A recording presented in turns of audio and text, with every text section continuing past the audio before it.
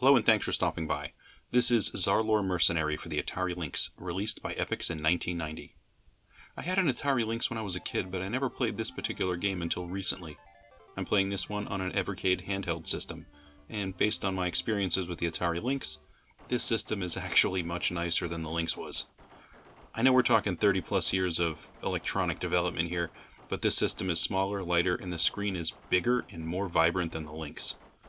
I can't remember what happened to my original Lynx console either, but the Evercade is far nicer than I expected.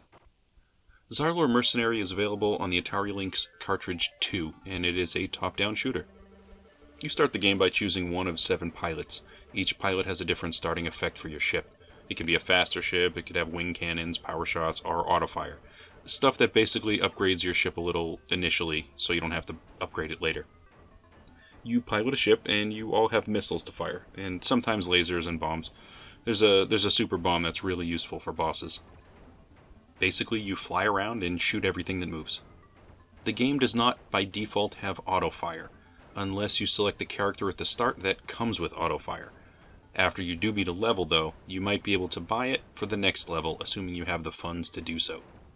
Basically, the more you shoot and destroy, the more funds you have to buy cool additions to your ship later on.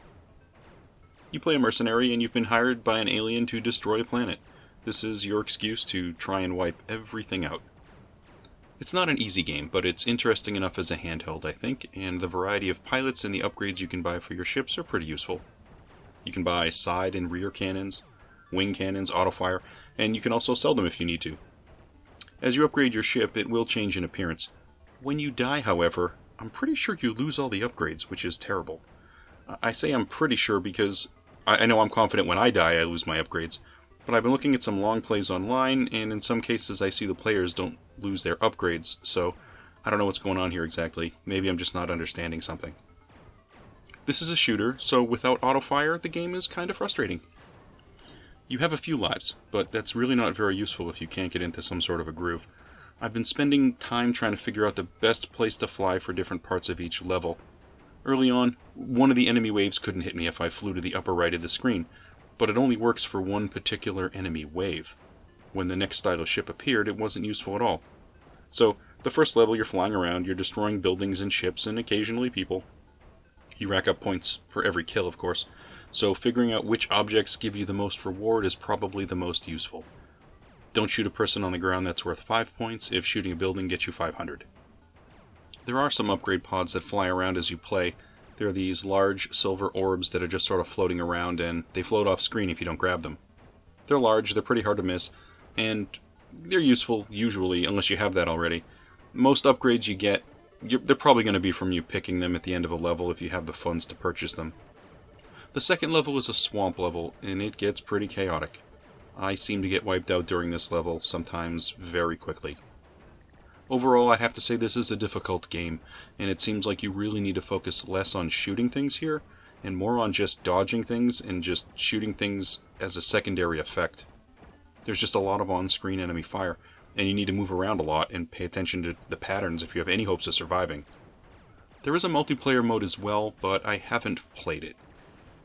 Now, it's part of this game, but I don't know if the Evercade can actually do this. And honestly, I don't know anybody that actually has one of these anyway, so there you go. The game's colorful, it's different, it's got an interesting style. I just think it's probably a little too tough overall. There are 6 levels here, but I gotta be honest, it takes quite a lot to get even to the 3rd level. I'm having trouble getting there. This is just not an easy one. But there are some cheats for this game. Honestly, you're probably going to play this a few times and then use the cheats. You'll probably really start to enjoy it after that. At the character screen, you need to hold option 1, and when you hold the button, you have to perform some sort of a button combination. If you press up, down, left, right, up, you're going to access sort of an Easter egg minigame sort of thing. It's a screen that says life. And basically you can take this little green cursor and you can press the A and B buttons to draw pixels. Option 1 or 2 will start or stop this. I don't know. It's just this little sort of weird thing. It's neat, I guess. It's different anyway. There are also a couple of other combinations. I'm not going to go through all the key presses here in the video, but I will post them in the comments of this particular one. Basically, you have an option to get 100 lives and full inventory with a bunch of bombs, and the other one gives you refreshing energy with inventory and bombs. Pretty useful to have this stuff. I'll make sure to post it. Well, that's all I have for Zarlor Mercenary today for the Atari Lynx. Thanks for stopping by, and I'll catch you on another video.